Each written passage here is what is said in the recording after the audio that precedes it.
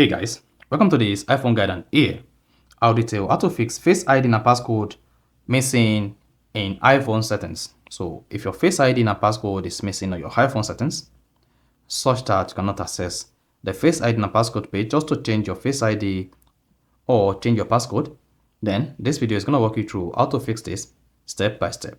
So if at the end of this you found this often informative, please don't forget to like and then subscribe. Now, to fix Face ID and passcode missing on your iPhone settings, all you just need to do is go ahead and open the settings app on your iPhone. Once you open the settings app, just scroll down, keep scrolling until you get to screen time and click on that. Now, once you've selected screen time, I want to scroll down the page a bit until you get to screen time and privacy restrictions and click on until you get to content and privacy restrictions. Under restrictions, then click on that.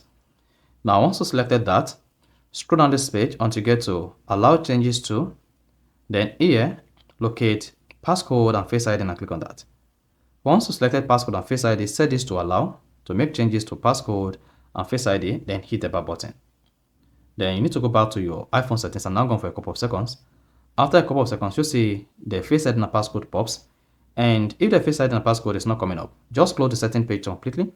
Then reopen it again. If you then scroll down the page, you should see the Face ID and passcode installed. So that is basically how to fix Face ID and passcode missing in your iPhone settings. So if you found this often informative, please don't forget to like and then subscribe.